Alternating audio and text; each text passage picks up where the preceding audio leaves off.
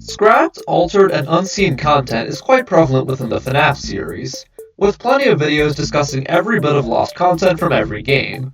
FNaF also has a ton of diversity in its scrapped content, from unused characters, to unused dialogue, to unused mechanics, and basically everything in between. However, while there's been plenty of effort into documenting this content, no one's ever really thought to take that unseen content and add it to the final game to create essentially a hybrid of new and old.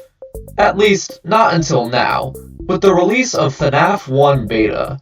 FNaF 1 Beta is a fan-made remake of the first FNaF game that attempts to come off as an early pre-release version of the first game, featuring a lot of unused content from that original game. And today, I want to go over the game in its entirety, as well as some interesting details surrounding it. But enough chit-chat, let's dive headfirst into the rabbit hole of FNaF 1 Beta, a look at what could have been. Right off the bat, the Gamejolt page for this game is phenomenal, featuring an extremely creepy image of that one FNaF rare screen, as well as a few screenshots that we won't talk about right now for spoiler reasons. The game's description talks about a few features, such as more scripted AI, as well as mechanics and ideas present in the demo build and files of FNaF 1, with it also featuring a really interesting tagline. So, what are you waiting for? Go back in time to June 30th, 2014, and help Scott Cawthon test his game for the final demo release.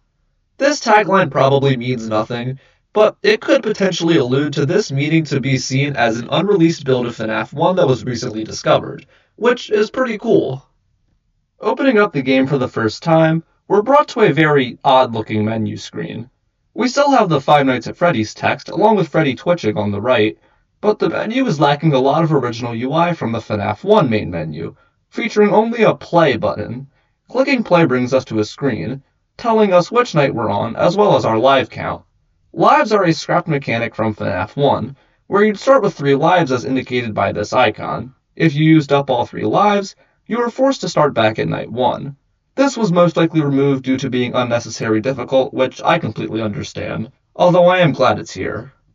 Loading up into night 1, we're greeted to the security office. What the heck?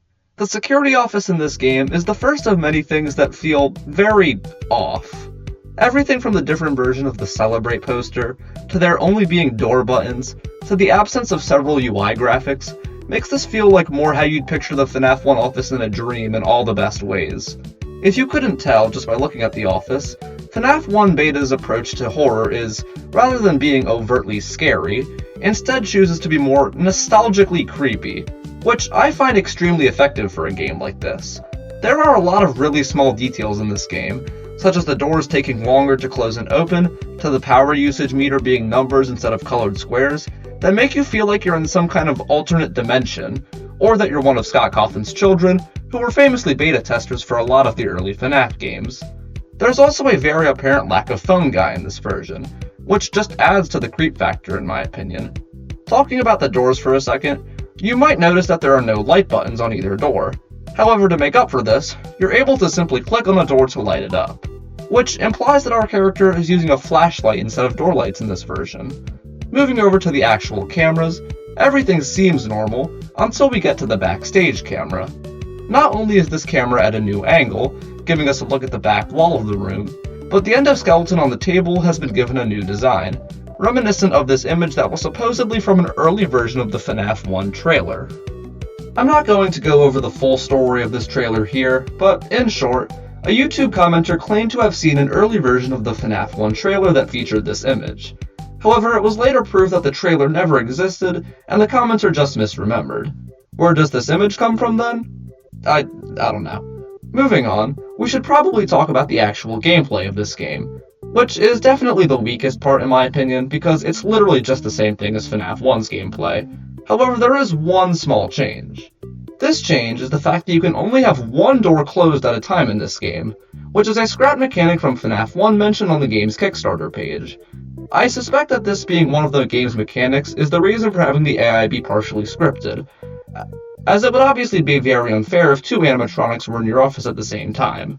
There's also a different noise that plays when Bonnie and Chica appear outside your door, which is from the game's trailer. One last thing I want to mention about the gameplay is that Foxy now has a different jump scare, which is more similar to that of the other animatronics, which is pretty cool. All of the gang have different jump scares now, which is also a nice touch. Beating Night 5 of this game gives you the same paycheck screen from FNaF 1, as well as another screen congratulating us for playtesting the game, as well as telling us to look forward to the final game featuring an extra 2 modes of gameplay.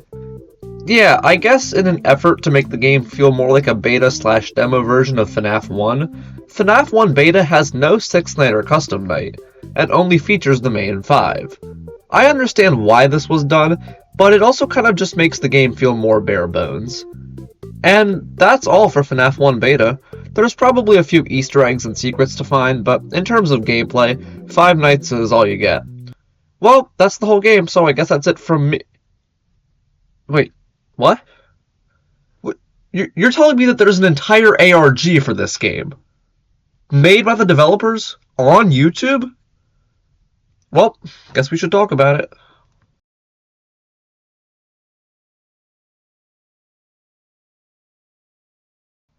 Video 1 on the YouTube channel for this ARG, aptly titled FNaF Beta Stuff, features some screenshots of the security office from a supposed beta build of FNaF 1. The first screenshot features the office with no Celebrate poster, no fan, no UI graphics, and no buttons for the doors and lights. So this is clearly supposed to be very early in development. The next few screenshots are just different looks at the office, such as a full view, a power-out version, and a power-up version with a door light on that also features text on the screen saying "Made by Anim Dude." And finally a message from the creator of the video, apologizing for the low quality of the images, and saying that they are currently looking for more pictures/videos from this beta version of FNaF 1. Overall, a decent start to this ARG, but there's not too much to take in. Video number 2, titled PowerOut.avi, is the first video to feature actual gameplay. We open with some extremely low quality footage of someone playing the supposed beta version of FNaF 1 from the last video, before quickly running out of power. After several seconds, Freddy shows up as usual and plays a music box. However, instead of it being the Toreador March like the actual FNaF 1, here it's the Mangle's Quest music box from FNaF 3, which still fits surprisingly well. The office then goes completely dark, and the player is jump scared by Freddy. However, the jump scare is just a PNG of Freddy with red eyes, rather than a proper animation. Text reading "Game Over" appears on the screen, and the video is stated to be made by Anim Dude, or Scott Coffin. Overall, this video is a decent improvement over part 1, but still nothing too earth-shattering. Pretty cool though. Video number 3, or Cameras, is extremely basic on the surface, featuring just some footage of someone cycling through the different cameras on the FNaF 1 map. However, if you pay close attention to the audio of the video, you can pretty easily make out some Morse code. I myself don't know anything about Morse code or translating it for that matter, but according to one of the comments, the Morse code translates to, "Within the dark halls of an abandoned place, creepy huge robots want to solve their case, lurking through windows on the office, whispering it's me to that menace." Whether or not this is actually the message it says is unclear, however it's coherent enough to make sense in my opinion. We also don't know what this message means for the story, however it's speculated to be some kind of replacement for the phone guy calls. Overall, episode 3 is probably the best one, given that it actually feels like it's part of an ARG instead of just some random video. Moving on to episode 4, it opens with a message saying that whoever runs this channel was contacted by a beta tester for some of the early FNaF games, who has decided to help join in on this channel's efforts to dig up lost beta content for the FNaF games. The video then shows us some of the supposed beta screenshots of the FNaF 4 bedroom and the FNaF 2 office, which features the UI for the toxic meter, a scrapped FNaF 2 mechanic that limited the amount of time you could have the mask on for. This episode is very interesting as it's the first episode that doesn't focus on FNaF 1 beta content, which is pretty cool.